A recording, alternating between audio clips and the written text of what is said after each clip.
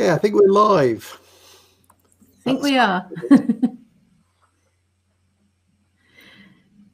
Okay, so first of all, thank you very much for joining us. We're going to be having a conversation. Feel free to post in your questions in the chat if you're joining us through the Scottish Summit app. But we're going to be having a conversation about virtual and hybrid training and the experiences we've had. Before we launch in, obviously we do need to thank all of the sponsors, without whom the summit wouldn't happen. As with all community events, they're a very important part of the event, and we do very much appreciate their support, otherwise we wouldn't be here. Let's introduce ourselves then. Over to you, Julian.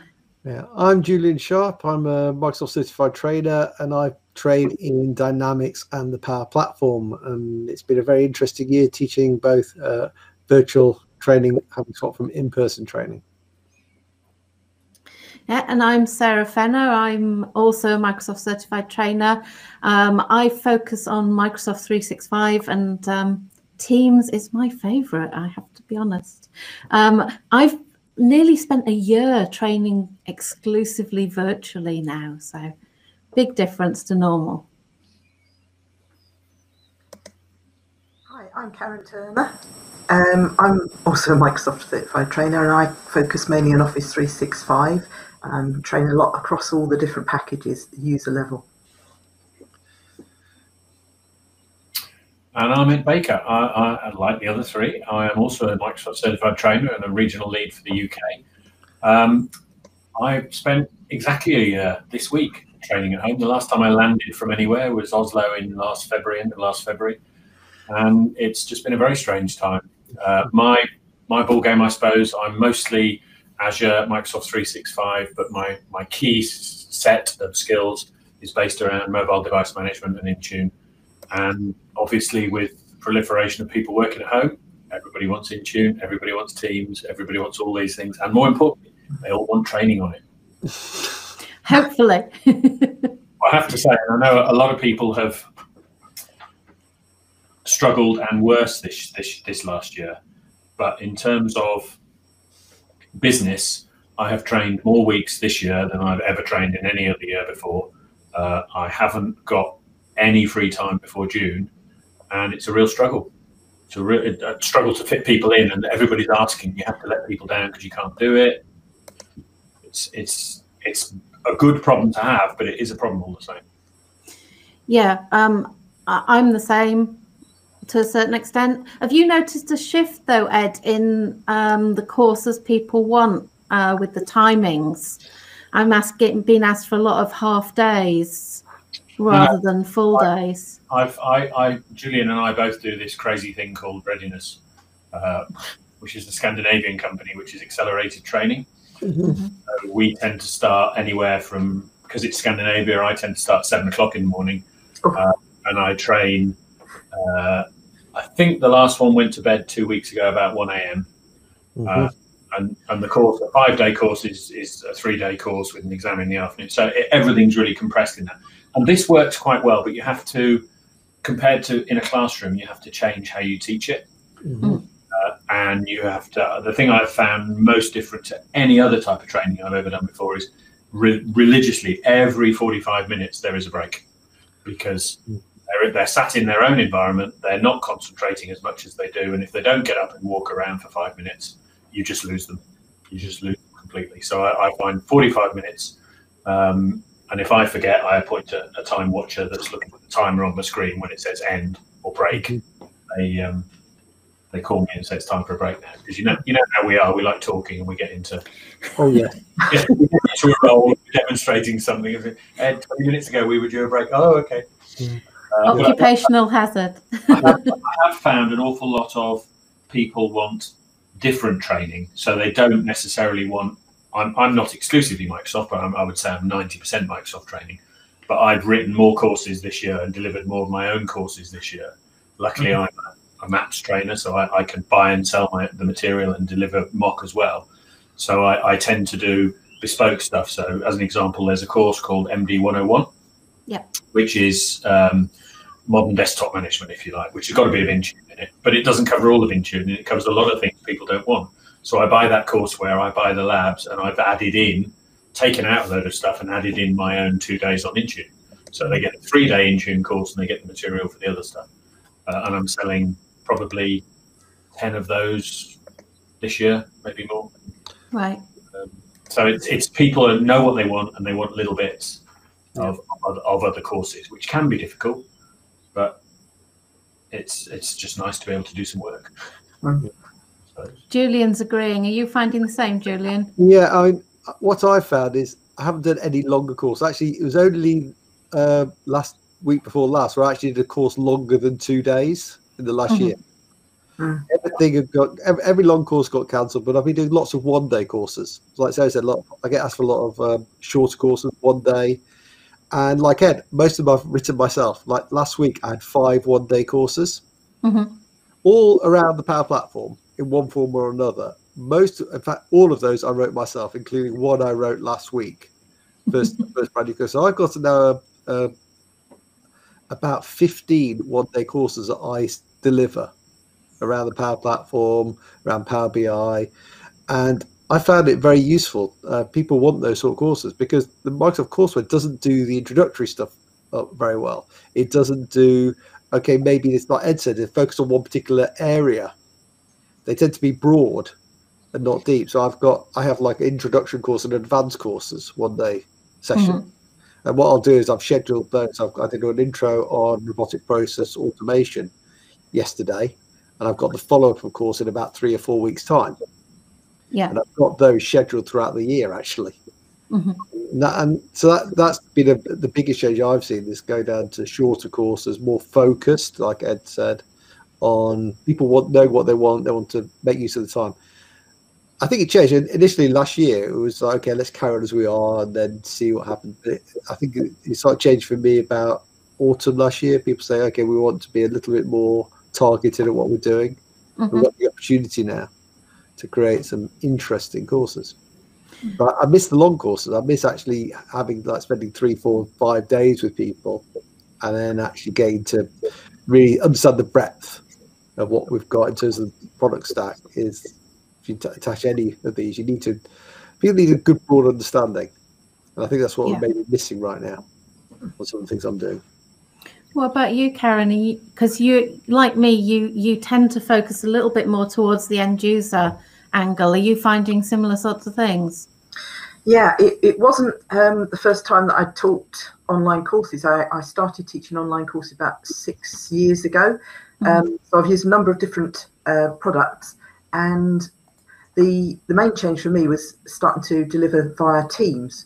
And I immediately, in the old days, I was always taught as a certified online learning facilitator that I should keep the course fairly short. Well, I just adapted and did half days. Unlike Ed, mine, I make them go for an hour and a half, I must say. And then I give them a break, and then another hour and a half. Otherwise, it gets a bit interminable. I like to keep them really glued in, so I use a lot of aids to do that, to keep people focused on what we're doing, and I give them a lot of control of the screen and a lot of interactivity, a lot of chat. So for me, it was an immediate switch over. As soon as it all started, I cancelled everything that was live and went online with everything. So I felt very fortunate that I'd had some background in it. I used to do them globally before, so I just carried on doing it, and it gave me more reach. I think I got a lot more customers. I've had some amazing places logging on to the courses, and that's been fantastic. So yeah, really good.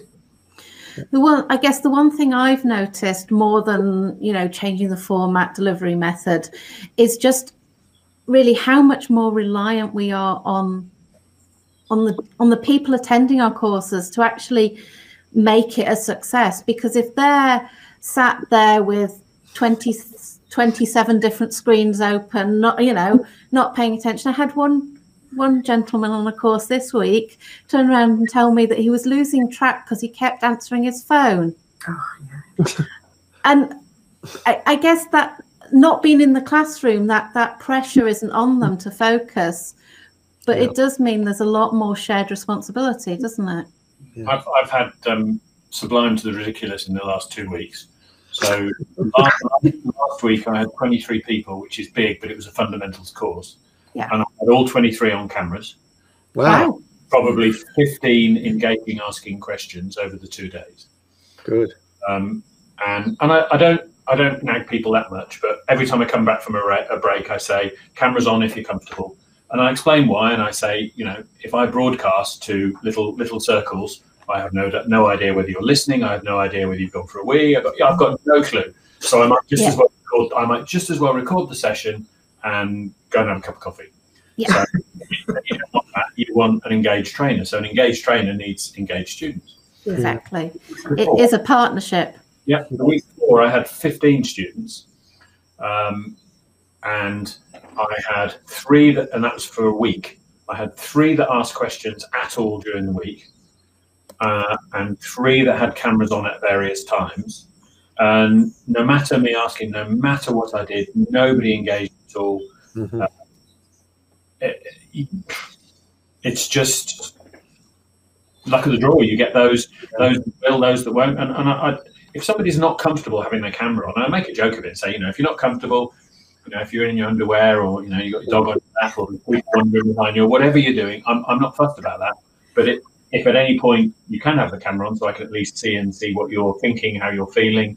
If you're sort of scratching your head or you're asleep, you know, at least I can react like I would in the classroom. So it's like I've been asked to deliver in the past, and I've been conned into delivering in the past, courses where some are in class and some are remote.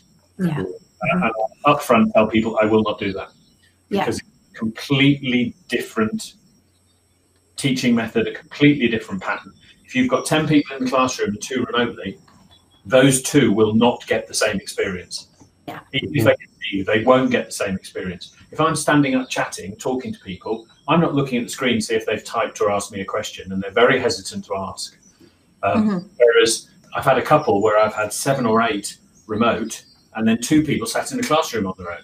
Yeah. And that must be hellish for them. I'm more likely to do that because to me, they're remote. But with me in the classroom and other people remote, I say, no, I'm sorry, it's not because I can't, it's because I won't, because I don't think they get the value out of that. And in fact, most providers now, due to lockdown, have completely closed up. I think there's a couple in the UK that are doing some stuff, but it's not very easy. Yeah, I think that's a particular challenge with people in the classroom on their own. I was asked to do one, and I said, luckily I was unavailable. Yeah. So what do you think is then the biggest challenge, being in this disconnected virtual world rather than live in the classroom? Energy. Yeah. Energy. Your energy, you mean? There's 2 challenges for me. So I have a dynamic movement type regime in the classroom. I wander around, I chat. Yeah. I can't really do that here. I even thought about putting a big screen on the wall, having a proper camera over there, and having a clicker that allowed me to change video sources. So if we go on for years, I might do that, because then at least I can stand up. But my set, I mean, you've seen my setup, it's similar to yours. I've got a number of screens, and I have, unfortunately, when I draw in the classroom, I draw quite well on a big whiteboard. When I draw on a little screen with whiteboard, I draw very, very, very badly. So I make a joke of it. And the problem with that is that 50% of the time, whiteboard shared is brilliant. Not through Teams, because that just doesn't work. You've got to be in the same tenant. Another Teams error. Can you get that fixed, Sarah? Sorry. Yes. In fact, just for you, Ed, I'll get it fixed next month. Great. But what I have to do often is join the meeting on a second device, muted obviously, and then share that device with Teams with the whiteboard. So I'm drawing direct on the whiteboard, because when you share onto separate machines, sometimes the lag is appalling. Sometimes it's brilliant. You know, I've got a 500 meg link here, and my latency is very low, and still Teams is lagging. Not Teams, sorry, that's fair. The whiteboard. Whiteboard is lagging.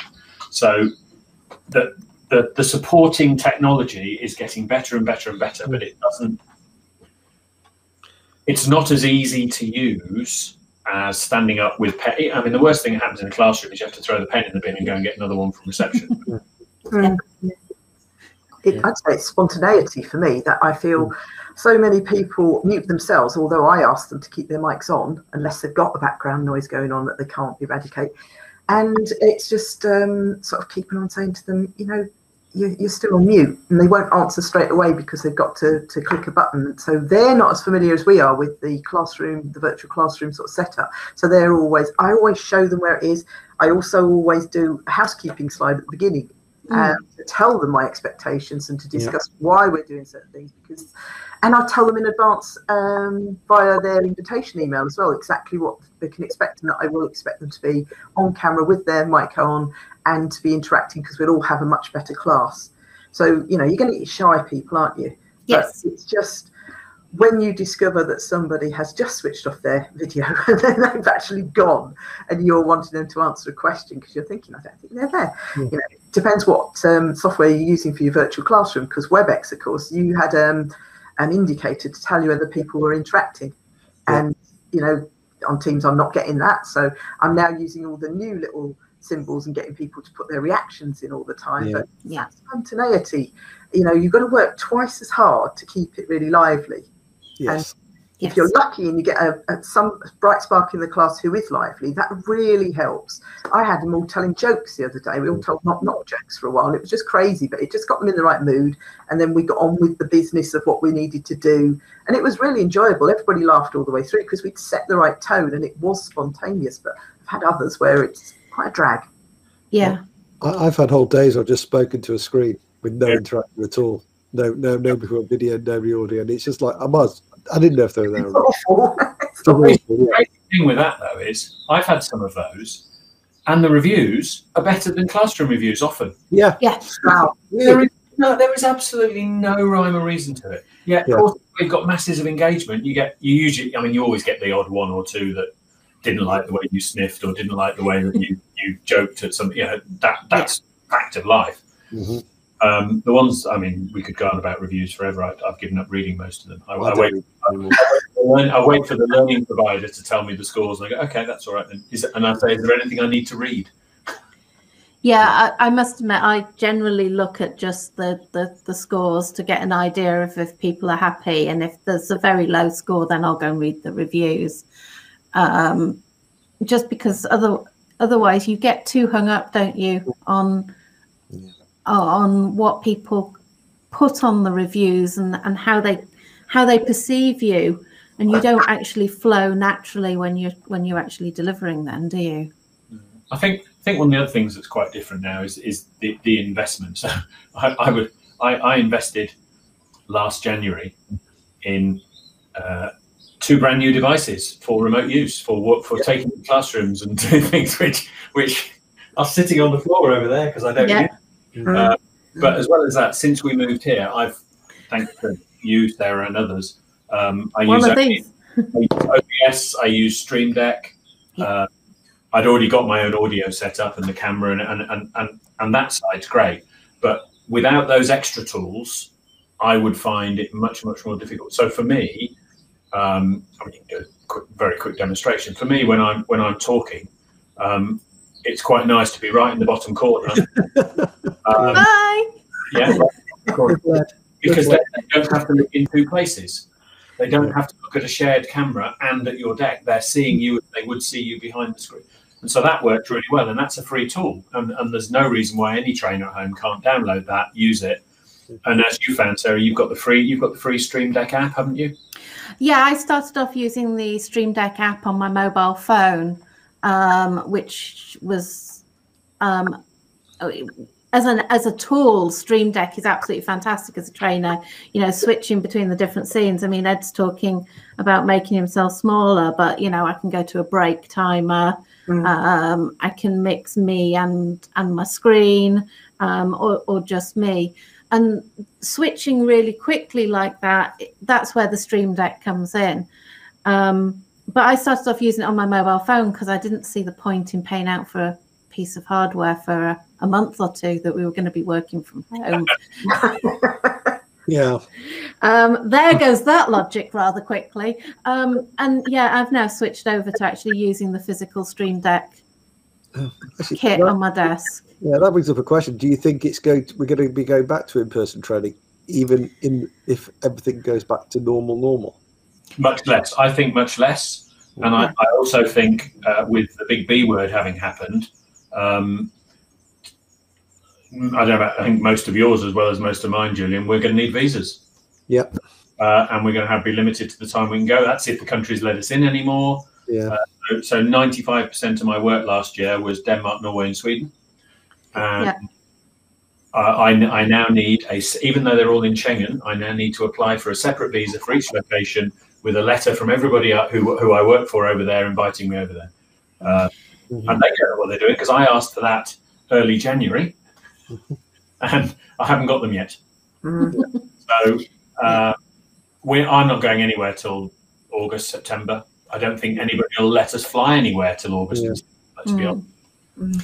I mean, just for those people watching who don't know, the four of us are all UK based. We're actually all independent trainers primarily. Although obviously, as Ed was saying, we do have relationships with particular training companies, each of us.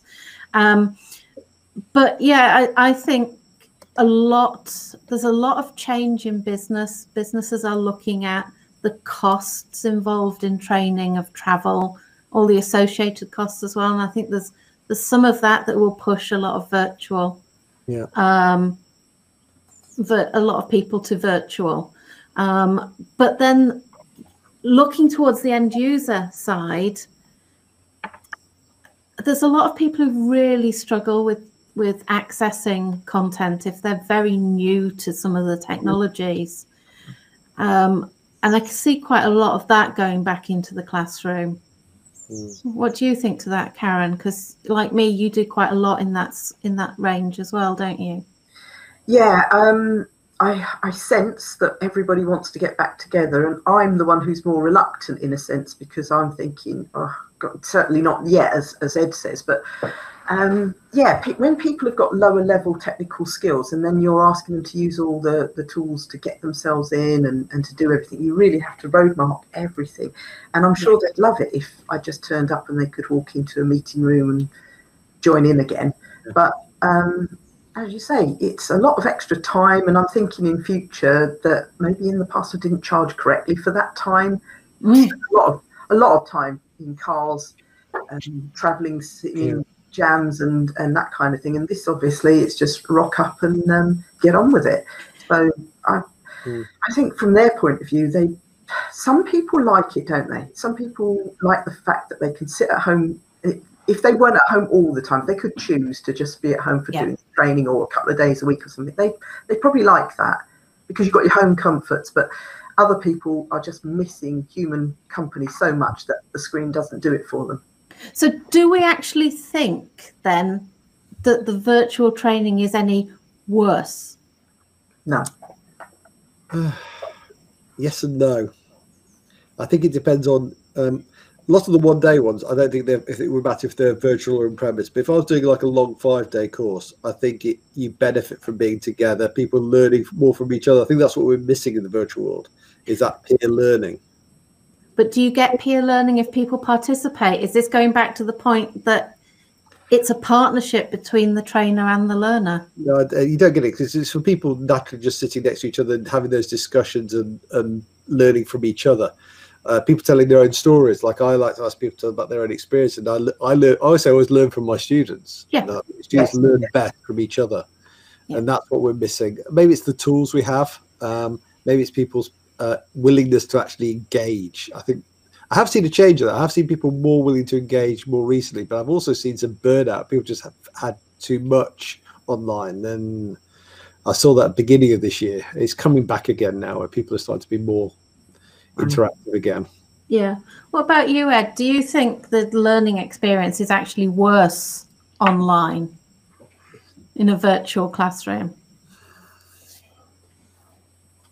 That entirely depends on the attitude and engagement of the student, and the ability of the trainer to translate from a classroom into virtual. Because as I've already said, it's a very, very, very different place to be. And with literally no feedback, sometimes it can be really, really difficult to keep your voice animated and jokey and talking about information protection and compliance and regulations and I've already done it for the 5th time in 5 days. I did have back in June, July. Well, it wasn't. I had a month off in July because Scandinavia doesn't work in July. But I had a month where I did 3 courses back to back, identical. I don't want to do that again. Much as I could do that in a classroom because the people are different, you just handle it. Yeah. Just getting up and doing 15 days of exactly the same thing. Was hard. Yeah, I find that virtually it's harder to do that. You forget what you say, whereas when you're in a classroom, you're seeing everybody and you know where you are. Yes. Yeah. And we're coming back, aren't we, to the partnership, to the participation of the audience, because if they're on camera, they're interacting with you, we're getting some of that feedback as well. Okay, so from that perspective, it's not the same as being in the classroom. Mm-hmm. But do we think that, you know, the technology, Ed and I were talking about using OBS and Stream Deck. Do we think that this is the sort of thing that that helps with that, or is it the skill, the personality of the trainer that's more important? I think it's the trainer in that sense. I agree with you about all these great tools, but I'm not using either of those yet. I've started playing with OBS, haven't quite got there yet. And I can give you an example. It wasn't an IT course. I was running a course for some salespeople a few weeks ago, and I used breakout rooms, and I recorded all the breakout rooms. We recorded the session, and I went and watched some of the things they were saying in the breakout rooms, and I did dip in and out like you would in a real class situation where you pop your head around the door and say, is everybody okay? You're still doing what you've been asked to do. They were really working well, and they were sparking ideas, and it was so successful, and they loved it. And I just thought, I want to do more of that sort of thing, because that interaction was in part provoked by me saying, go into this small group, go away and have a private chat. And then you're harnessing what the other guys were talking about that we feel sometimes is missing. And the fact that you can record it so people can watch it back again. You know, in the classroom, you often get people who are so nervous that they'll forget something. Even if you're going to give them a manual or something, they'll still write down every word that comes out of your mouth. And you'll go at a snail's pace for that person. Whereas if you keep reassuring them, this is being recorded, you can watch it again, they can relax and they can just take in what they can and then come back to it later. And recording is an interesting one, because often we're using somebody else's tenant where you don't have the control. Yes. Record. So you... or create breakout rooms. So it depends on, and this brings me back to I use a number of different tools defined by the training company. So I prefer to use Teams, because I know that, but we mentioned WebEx, I've used Zoom, I've used lots of different tools. Yeah. Lots of tools. So what we're saying is there are some tools that actually give an advantage if we're training virtually. Yeah. And some of those advantages are even advantages over the classroom, but that for some learners and for some topics, there is still it's a barrier. The technology becomes, as you say, Julian, the barrier. You're doing a session later today, aren't you, Julian, about learning communities, building a learning culture? It's about building a learning culture, 1:00 today on this channel. Yeah. So again, that's something that ties into it, isn't it? If the organisation has a culture, has an approach that welcomes learning, then does the delivery method actually make a difference? Possibly not. I think learning culture is about encouraging people to, and I do some training for companies that have good learning cultures. I do some for others that don't, and it's really different. It's really obvious. How poorly some people interact. and how little they get out of the training. And the worst things I get is, I know we talked about recording, the first thing when somebody asks, the first question you ask of the course is this being recorded? And you know that means they're just going to switch off and watch it later, which they will never do. They may be online, but they won't be actually watching. They'll just be online to say, I was online, to count their attendance. The main reason I never record, even if it's in my own tenant, don't do it. I have a love-hate relationship with the recording because of that. Yeah. I prefer not to, but some people insist. Yeah, I'm the same. I like the recording in a lot of ways, in the way you can look back at it. It gives people the opportunity to recap certain topics. From a commercial viewpoint, it's a little bit of a challenge as well, because they'll use the recording for others who couldn't attend. That's a little bit of a barrier for me as well. But the main point I have against it is the focus of the users. Before we get too sidetracked, let's have a look at a couple of the questions that we've had people submit. So any tips and tricks on converting exercises from a real world classroom into a virtual classroom? I think, Karen, you had this on one of your courses, didn't you? Oh, you're very quiet. Oh, sorry, I haven't touched anything. No. Can't hear you. Oh, technical issues. Everyone. I'll dive in then while we're waiting. Okay. I mean, I've always used some online tools like Poll Everywhere and what's the other one? Which is Kahoot. Yes, always done that, even in classes, or especially when I've done I sometimes do very large, essentially workshops with like 40, 50 people on, and they hit the same issue. You can't do individual asking, so I use those tools. Mm. And do you think those help? I mean, I think that also answers the next question. So making your sessions interactive. I mean, obviously, if we've got labs where we can monitor people using the doing exercises, that helps. But these sort of Kahoot and so on, Mentimeter is one that I use, Poll Everywhere. Forms in Teams is actually going to support word cloud questions shortly. Couple of really exciting things coming to forms in form polls in Teams over the next month. Keep an eye out for them. The real issue with the interactivity tools is, again, no camera, no interactivity. It gets embarrassing if you've got 15 students, you send it out there and 2 people respond to it. It's proving they're not engaging. So I use those when I know I've got a class that's in any way interested.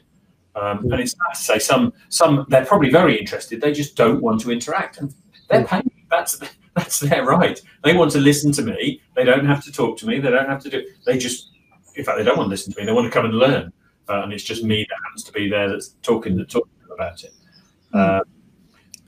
It's frustrating. I'm glad we've got certainly in the sort of courses that I teach, there's nearly always an online lab solution.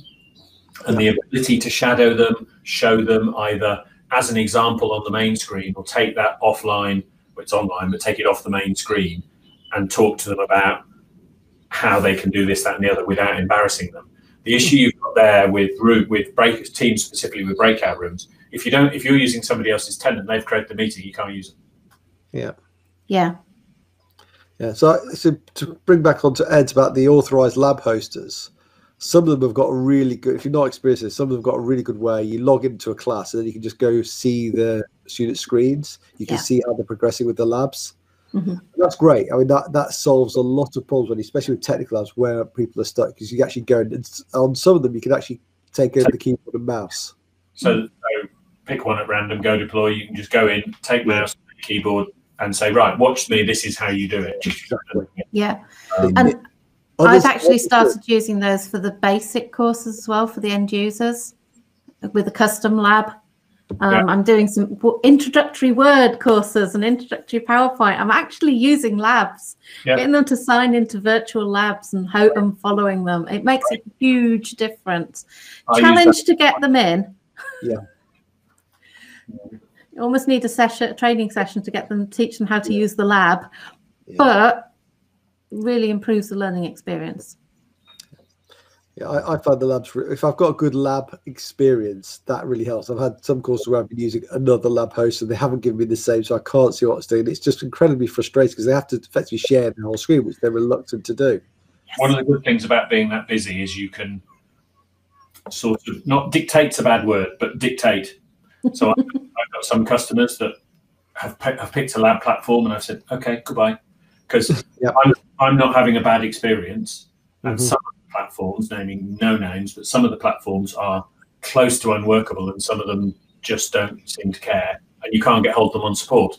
And it's no good saying that to the customer, it's you, it's not the lab, it's nothing, you are running the course, why can't you get this working? Having said that, this week I hear, or last week I hear, there was an issue. Most of the courses, certainly Julian and I run, you need tenants, so you need Azure Active Directory tenants, you need Microsoft 365 tenants. The engine broke. Oh, really? Oh, God. And one lab provider had over 4,000 labs fail to start because they couldn't get a tenant, which they required to start the lab. And I think you're probably all aware there's been quite a few learning side server issues over the last couple of weeks for Microsoft. The technical challenges do hinder sometimes, but then we're working in a cloud world. If people are learning about cloud computing, it's a good learning experience. These things happen. Try telling them that. I use that all the time. Yeah, but they don't believe you. No, well, next time they have an issue with something, they've got to find a workaround. Maybe they will.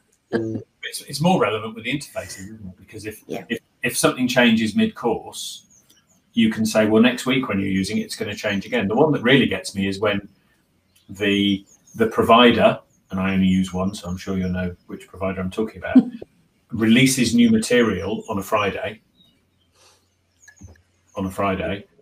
It's released to the students in Germany time, because that company that has that contract releases at 8 a.m. Germany time.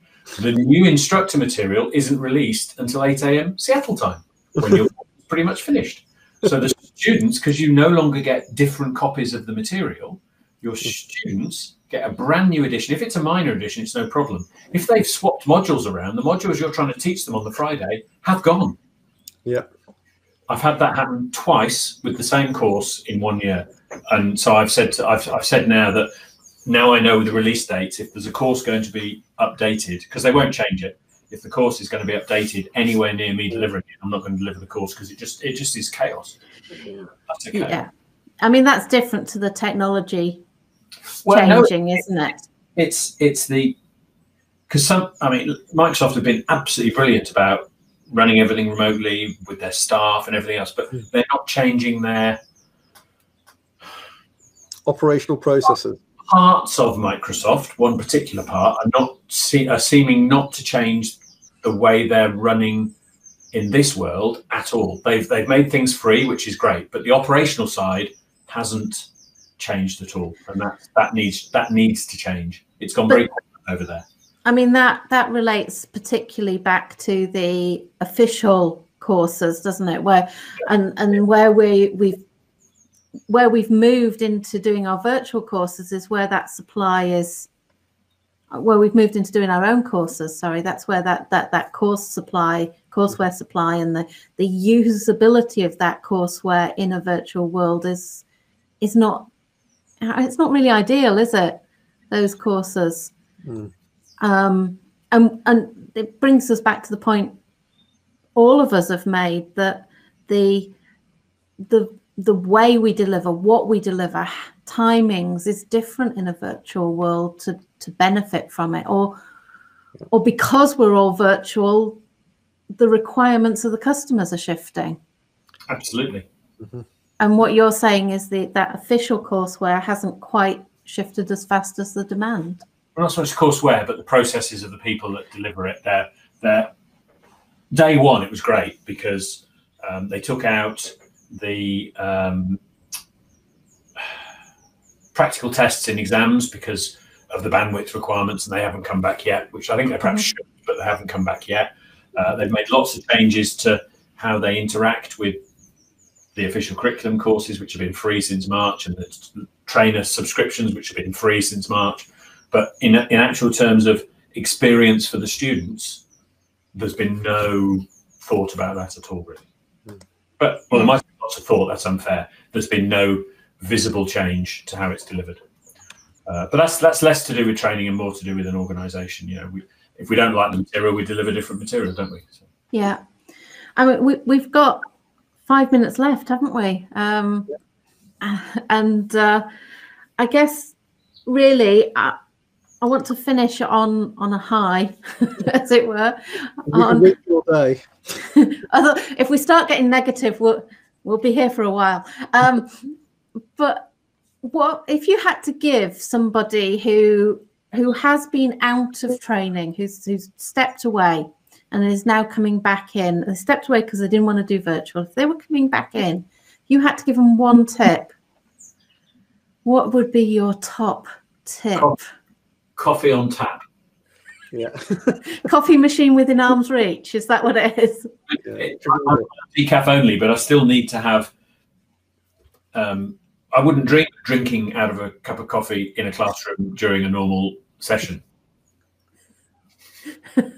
We're all there. We've all got our drinks. That I never need in the class, bag full of Strepsils or other lozenges are available, because I have found if I'm doing a long course, if I can talk for an entire day. By the end of the day, I'm really old. And if it's a 5-day course, it's a nightmare. Friday throat. It's a completely different modality of teaching. It really, really is. You need extra materials, you need extra help, you need perseverance, you need a jovial, animated, happy, isn't it great to be here? You know, we're remote, but everything's fine. You know, you just have to be constantly on the go all the time. Otherwise, somebody's going to sit there and you're going to, oh dear, what did you say? I completely fell asleep over that one. Yeah. So you're doing energy and coffee. Energy and coffee. Okay. With a bit I of ask cake. for one thing, I get 3. Bit of cake occasionally. Karen? Sorry? Can you hear me again? No. You're very quiet. Do you want to just pop it in the private chat and we'll broadcast it out for everyone? Julian, what about you? For me, it's don't use the breaks. I like Ed and Karen, we have regular breaks. I tend to do mine every hour for 10 minutes. Yeah. In the 10-minute break, get up, walk around. Don't answer your emails. Don't sit at your desk. Go regain the energy. Because energy is so important to learning up from the instructor and from the individual. It's so easy just to lose focus. So use the break time properly and get coffee. Yeah. Karen's going with planning. Yeah. Actually more planning than perhaps in the classroom, and also your backup plan of what are you going to do if things go wrong? You know, those slides that those pictures that you're going to use instead of the presentation, that sort of thing. Yeah. Now I've got to think again because I was going to go with the same thing. For me, really, it's a little bit of planning. It's a little bit about the stuff you've got around you, but it's also sticking to what you like so that you can bring that extra confidence, that extra enthusiasm in, because you do need to raise your energy levels. You do need to raise that enthusiasm. And then when the camera goes off, you can do the post-camera face, you know, and I think hopefully through the conversation we've given you some idea of what it's like from this side of the desk. There's people who don't sit on this side of the desk. and you'll join next course you attend, you'll join in more. But also hopefully we've shown that there are benefits, there are things that work well in the virtual world as well. So thank you everyone, and thank you to my colleagues. The final thing I would say is that I never in the world thought I would have 3 internet connections at home. 3. I'm still on 1. I've got cable, I've got ADSL, and I've got a 4G modem just in case. Yeah. Because internet goes down, you have no business, you can't teach, you have no income. Yeah. Okay. Useful. Thank you very much. Thank you very much, everyone.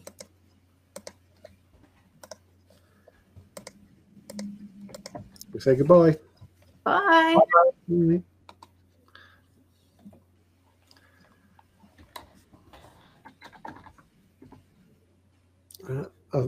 Stream has ended. I'm still shown as on air. I know, but this. Yeah, that's because we're into here. Yeah, into here. I was going to check it out. Still showing us ticking up on mine. It was about 40 seconds behind. Yeah. Yes, I'm seeing every wave by. Great. Right. Well, we didn't get a lot of we didn't get any feedback. Yeah. I had fun. Thank you, folks. I enjoyed talking to you. Yeah. I've got to head off to my my room and do some moderating. Yeah. Okay. I've got one more tip for somebody. Don't turn your camera on when you're in the bed. I've had people in bed with the cameras on accidentally. Yeah, and they were dressed. Just. I've had people undock their laptop